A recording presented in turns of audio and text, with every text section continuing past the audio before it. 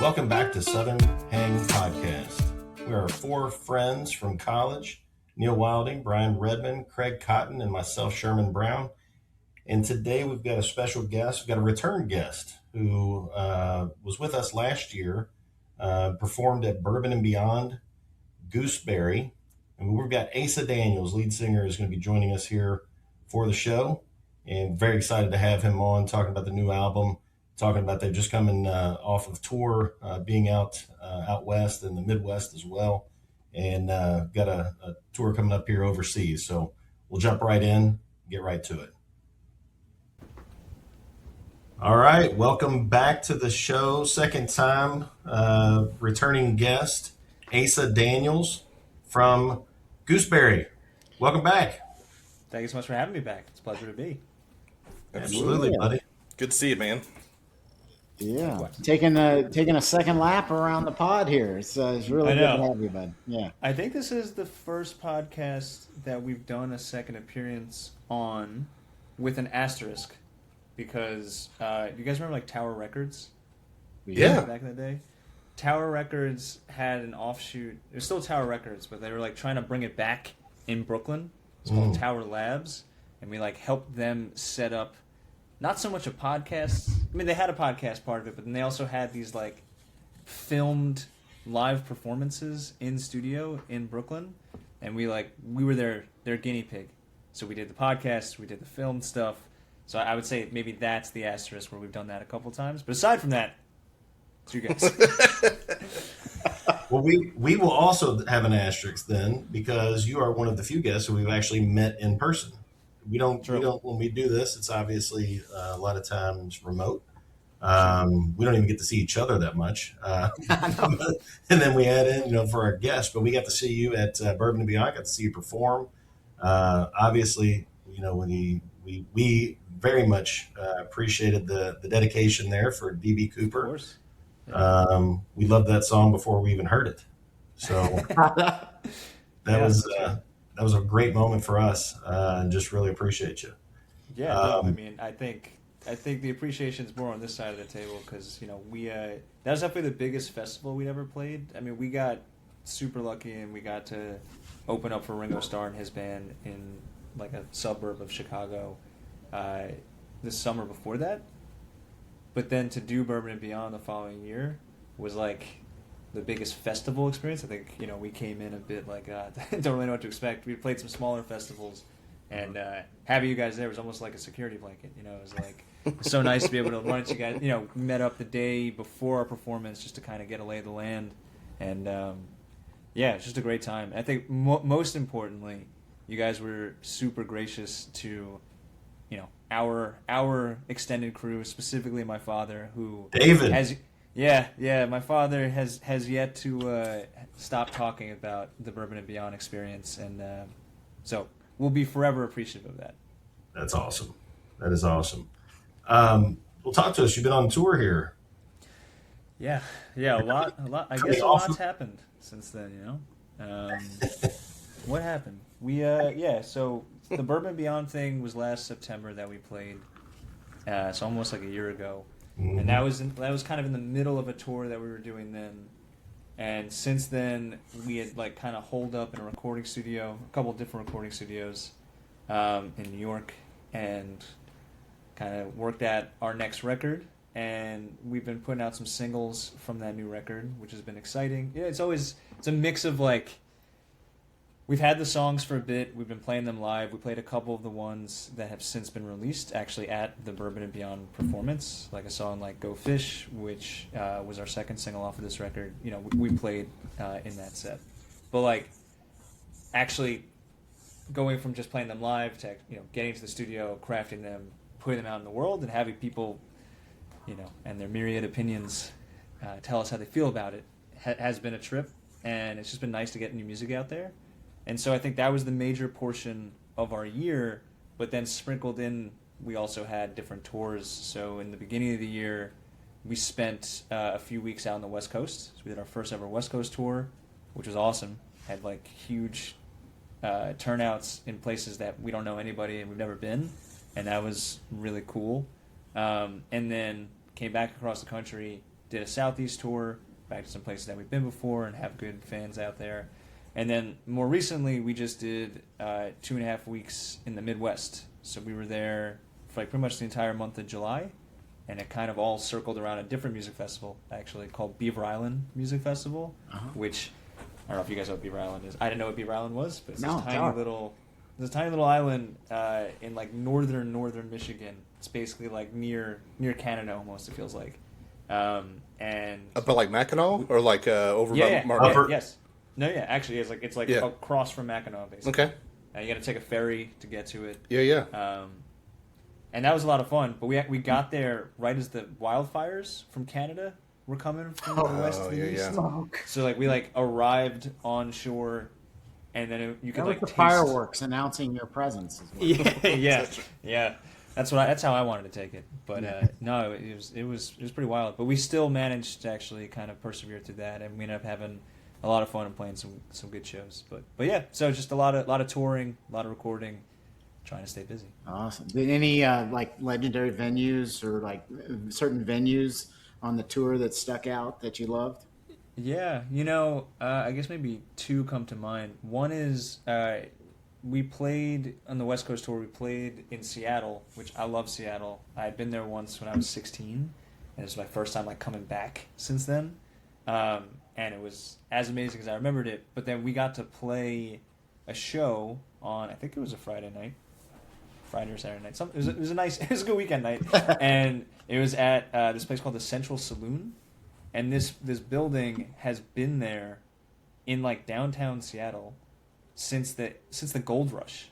Like since like the 1850s or something like that. I might be getting some dates wrong. Like somewhere in that region. Yeah. And all of the bands that we grew up obsessing over, certainly myself, right? Like Soundgarden and Nirvana. Heard of those they guys. all played. Yeah. They all played on that stage. Mookie Blaylock. Exactly. Right? Yeah. Exactly. So, and they have posters from when those guys were playing there. If it would be like, a 1988 poster of like Soundgarden playing with like Mudhoney or something like that. It's just like, that all happened right here. And we had, there's probably like 100, 150 people there who came out to see us. And that was really fun. But it was also, I was kind of like, are they gonna like our like grunge stuff, grunge adjacent stuff that's from New York, but is now here in their home territory? And they were super receptive. So that felt like a deep exhale of like, okay, it's all right. But that was a really cool building, and just like for my fandom. That was nice. Is there a venue that's on your list, like you referenced New York, right? So if you're playing basketball, Madison Square Garden, right? Like it's a place you have to play, right? So from a musical lens, is there a venue that's on your list of places you want to be able to play? Yeah, I guess two answers to that. One, my answer is always Madison Square Garden, which you said. All right. I am from New York. I'm a diehard Knicks fan. I grew up playing basketball. Obviously, the Knicks have had a moment, which I honestly didn't think I'd live to see. So, and you guys know my father. So my father and I being able to experience that together with like all of our friends, 50 years apart, whatever it is, was pretty magical. But Madison Square Garden is like my favorite place to see a show. Grew up going to obviously games there, whether it's the Knicks or the Rangers, and also seeing a lot of music. That's always been like, even when I was a kid. And even in my first bands, it was always like, the goal is Madison Square Garden. Get to MSG. And since, I've had friends who have played on that stage, and my envy knows no bounds for them. But that's the one. And then I have to say, I'm obligated to say that for the band, our bass player Will, his like venue, which is much more attainable, that we want to play, is called the Blind Pig, and it's in Ann Arbor, Michigan, which is where Will went to college at the University of Michigan. And it's this legendary rock venue. I mean, they have a lot of different music, but it's like known for rock. And I think, I don't know if this is a real quote, but Will has said it enough that I now believe it, and I will attribute it, where he says that Kurt Cobain said that the Blind Pig was his favorite venue. So well, then it happened. Yeah. Sounds like the whole enchilada to me. Yeah, I refuse to fact check that. I just blind faith. So those are the two. All right. That's solid stuff. So you mentioned Will? Has Evan mentioned anything? The drummer. I think Ev's just happy wherever we play. You know, he's a lot lower maintenance. Yeah, he seems like he's having a good time no matter where he's at. Like he brings that vibe. He brings the energy, man. He takes his shirt off. He's been working out relentlessly to make sure it's worth everybody's while. I think he's happy so long as we're playing, and you know, it's good. It's good that we have him to hold me and Will down when we're out, you know, grumbling about something. He's got the golden retriever energy for us. So you got awesome. What about so you got the new tracks out? Like, is that I mean, it used to be like you put an album out and then the singles follow. And I guess in today's world, you got to fast forward that a little bit. Is that like a streaming thing? Is that just, is that what that 100%. Is? Yeah. It completely changed. You know, streaming has changed the landscape in so many different ways. But one of the like smaller ways that I think most people don't recognize is exactly what you just described, which is it used to be you released an album and the single came out either with the album or a few days later. Like I always remember talking about this in the studio where it's like Soundgarden released Super Unknown and then Black Hole Sun came out as a single. Like that happened and hit the radio afterwards. Which I always think is so interesting. But yeah, streaming completely changed it. We're now the idea of like an album is almost a detriment, you know? Where it's not desirable for a label or for, you know, a distributor, whoever you're working with that's helping you put out music. It's more desirable to treat everything as a single so that you can promote it as a new cycle each time, because it just gives you more reps, gives you, you know, more things to promote, gives you more fodder for content, gives you you know, new attempts at triggering the algorithm. And like, you know, that's why you see a lot of people pushed more towards singles than to albums. We always said though that like, yes, that's the new business model. That's a new like way to approach these things. I just like what I like though. Like I like albums. I like having, you know, the big body of work that you can come to and the artist put it in a particular way. They wanted you to start at this track, then go here, and they wanted to finish with this. And I'm perhaps a curmudgeon in that way. Like I still go get vinyl records to listen to them or CDs, whatever it is, or even I'm listening on Apple Music. I just put an album on. I'm not putting on a playlist and then bouncing around these different songs. And I don't know if one is right or wrong. I just know that for Gooseberry, we like putting things as albums. Which is not to say we're not going to release singles. Obviously, we have. Yeah. But I'm not going to chop up a 10-song album into 10 singles and then call it an album. It just feels disingenuous to me. I don't know why. I don't have a good reason for it, but it just doesn't feel right. Do you, when you guys put out your album, do you go? We haven't met yet until tonight, but I get the sense a little bit of nostalgic. Like, do you put the liner notes right where you can get the album, sit on the bedroom floor, listen to music, and read the lyrics along with, or some of the notes and kind of stuff?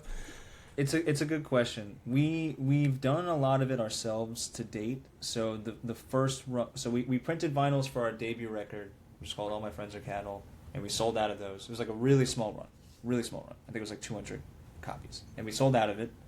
And then we decided to reprint that record this past year, where we changed the color of the vinyl. But in both cases, because we were printing it ourselves, we didn't have really any like ability to add the extra sauce that you're kind of describing. I would absolutely love to. And I think that we do try to adjust some of the, what's on the back of the vinyl record, what the actual record has itself has like little, smaller things there. Yeah. But no, we haven't gone full blown liner notes yet, but okay, getting there. All right, getting there for sure. So you got a release date for the full album, or are we just gonna tease some singles? What we got? No, we got a full album release date. The album, our next album is called Simple Sucker, and it comes out September 25th. And it'll be streaming everywhere. We're gonna print some vinyl records. Really excited for it to come out and just like start that. I mean, we've already started, I guess, this new era of Gooseberry because the singles have come out. But I think, something that we talked about last time on this pod, I think, was, the debut record was a lot of fun for us because it was our first true album, but it had all these different genres and all like the different threads you could pull, which is very much a part of us. And I think doing that for the first record kind of set this foundation where hopefully we're allowed to now pick one of those threads and see it, pull on it a little bit further. And so I think we did that for this record, where this record's a lot more cohesive and focused in this sort of 90s grunge kind of world. Yeah, I felt the rock. I turned it up. Sure. Yeah. So it's still the same things we always had, which is it's just people in a room playing music. It's not, there's no gimmicks and all that. It's kind of just, it's just rock. It's the things that, we liked growing up and that we wanted to hear. But I think we were very intentional with our producer, Colin Bryson, like very intentional about finding particular amps or pedals or mics, whatever it was, to emulate sounds from that era. But not just to kind of imitate that, to like use those implements, use those pieces of equipment, and then try and modernize it so that you still get something new as opposed to just feeling like it's rehashed. Or at least that's the idea. Hopefully it works for some people. Some people on the internet might go, "Yeah, we already had this." Yeah, that's fair. No, I can feel that in the song "Fault Lines." I've heard, I've listened to what you've got there, and to your point, I feel like there is a feeling of the genre, but it's also, it very much felt like a Gooseberry song. Like you know what I mean? Like I don't know how else to say that. Like it was your version. It wasn't. It wasn't like a stolen type of a thing. Well, I appreciate that. I think that's kind of what we go for, right? Is hopefully at the end of all of it, somebody goes, "Yeah, that's Gooseberry," right? Because like if you can do that, if you can carve out something that just feels familiar to just you, I don't know if you can really ask for much more for making art. That's exactly right. This may be an elementary question, and I apologize if so. So when you guys get together to write music for the album, right? Like, do you have ideas already pulled together, or do you guys just get in a room and be like, "All right, sons of bitches, nobody's leaving until we get 5 songs out"? Like, what's that process like? Yeah, it's a little bit of both, but maybe not at the point at which you think. And what I mean by that is, some of the songs for this record we already had. We've been playing on tours even a year prior. Some of the songs we had never played live before. And so for those, it's a lot of experimentation in our rehearsal space, just like putting things together, trying things out. I usually write sort of the main melody and chord progression and lyrics to a song, but most of them start as kind of just like ideas that are directionally where I want to go. Mm-hmm. But ultimately, Will's going to write his own bass parts, and Evan's going to write his own drum parts, and we're going to discuss what we think serves the song best.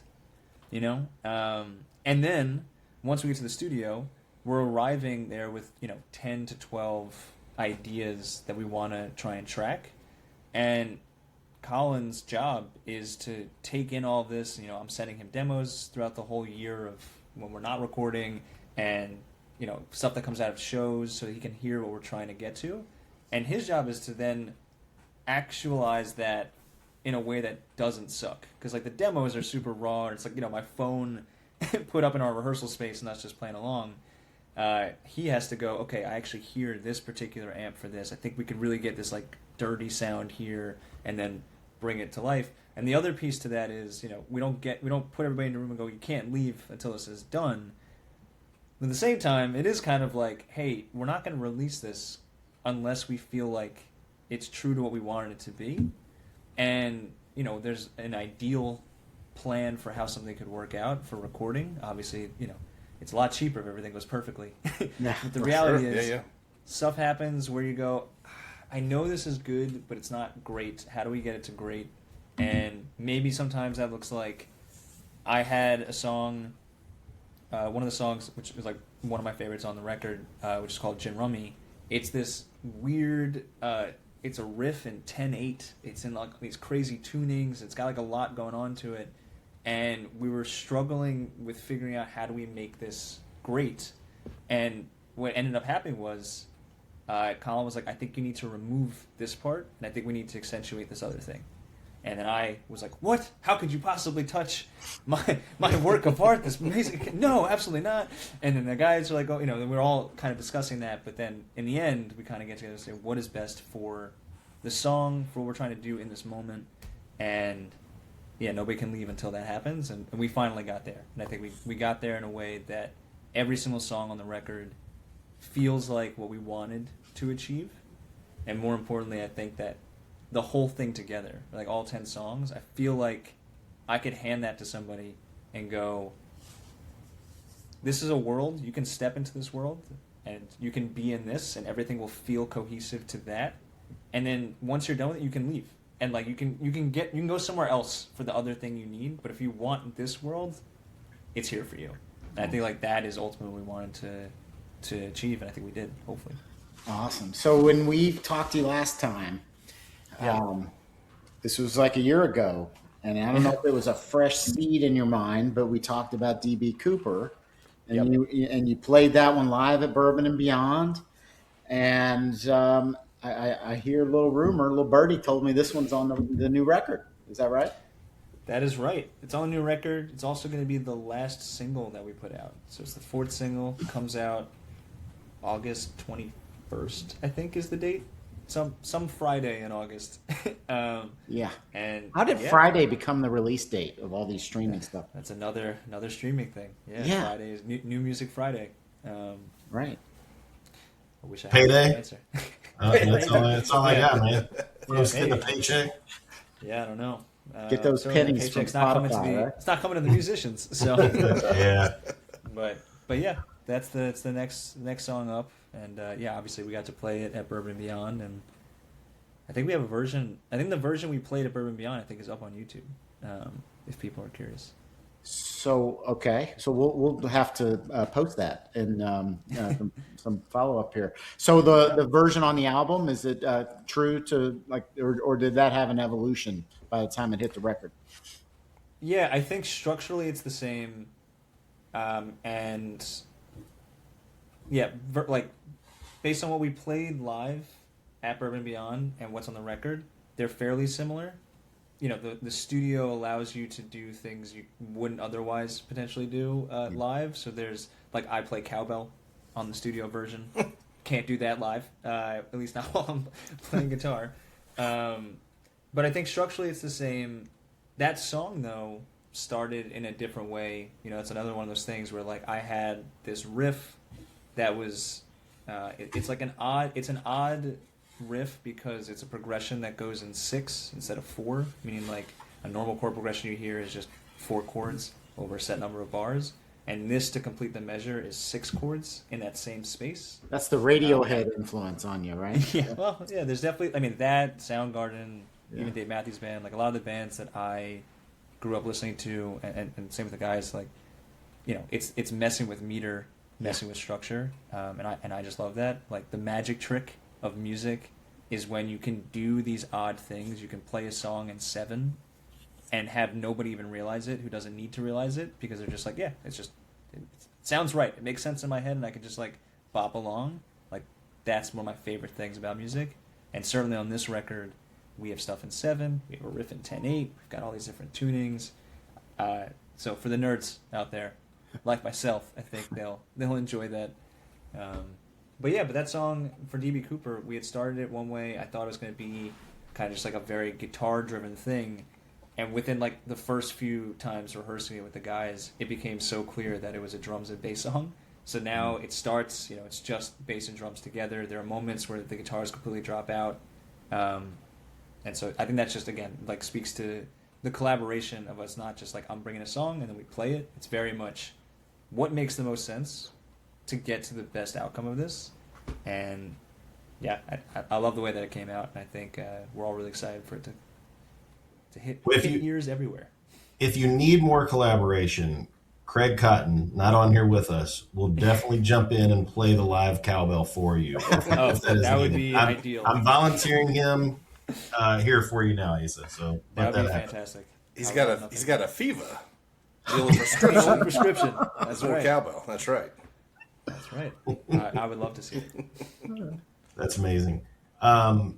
So coming off of the tour, um, I saw a couple different folks that that you got to play with, Mm-hmm. and I saw one. It was Brad Goodall, Mm-hmm.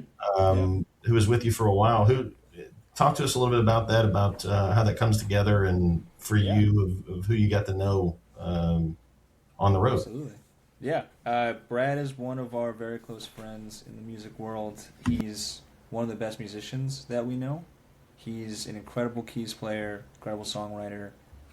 He's based in West Virginia. We ended up linking up with Brad. I kind of forget how initially. I think probably on Instagram, probably just DMs because friends of friends, you know. Mm-hmm. But we had him on a show with us in New York City, in Brooklyn, and then later played a couple of shows in like West Virginia and Pittsburgh with him.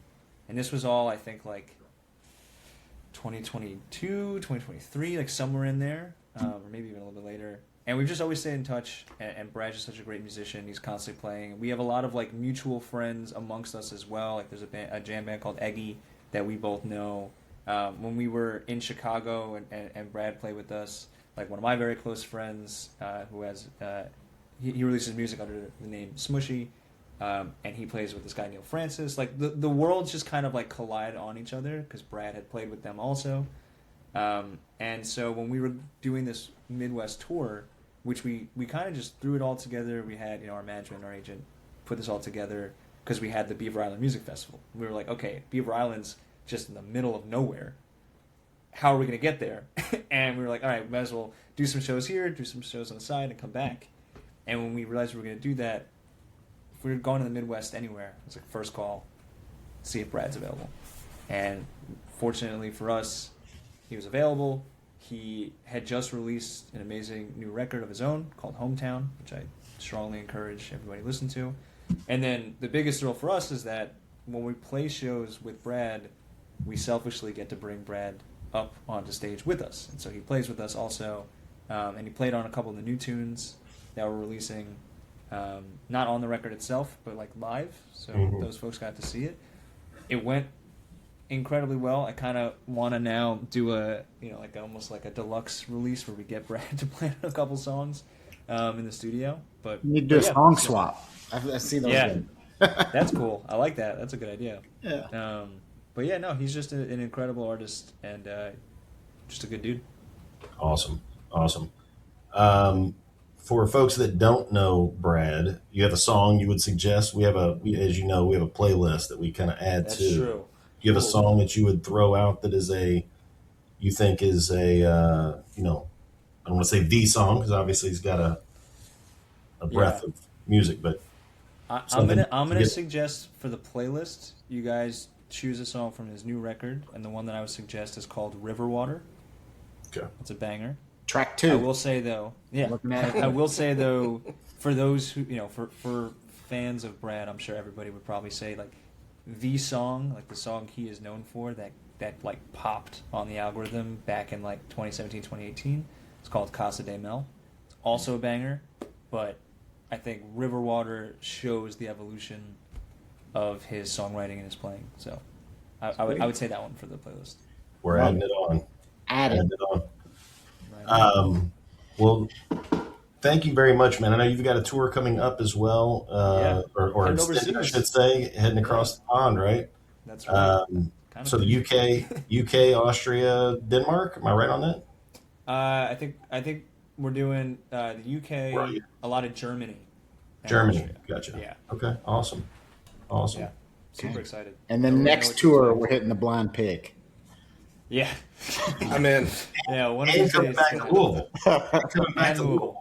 We're road tripping the Blind Pig when they play. Hey, Ann Arbor's a cool town, man. I'll hit Ann Arbor anytime. Yeah, it is cool. It's cool. We've stopped through it because we've played Detroit a few times, and so we've stopped into Ann Arbor to pick up sandwiches at this place called Zingerman's, which is like a spot in Ann Arbor. I don't know. Big Reuben place. It's like huge. That's Reuben, right. Yeah, that's right. Yeah. Is that like the Katz's Deli of Ann Arbor? I kind of think so. It feels like almost it's okay. Like you have to stop in once. All right, I'm in. I'm game. And you need to split a Reuben. Right. They're legit the biggest things you've ever like. You don't need a whole Reuben. Well, I did not say the whole truth. I know, Redmond. I already know where you're at. Challenge accepted. It was tasty, man. I would go back, and hopefully next time is for the blind pick. But we also definitely have to get back to Louisville. Absolutely. Absolutely. We need you back here. All right, man. Thank you very much. Any final words? Anything you Remind us again the date your new album drops. You said it's September? September 25th. Simple Sucker. Streaming everywhere. Hopefully, if anybody overseas is listening, we'll see you there in November, across the United Kingdom and Germany and Austria. And then, I don't know. Tell a friend. It's fine to gatekeep us. I know people are always very trying to say don't gatekeep things. I'm okay with it. You can gatekeep us, but tell your cool friends. Just tell your cool friends about the new record.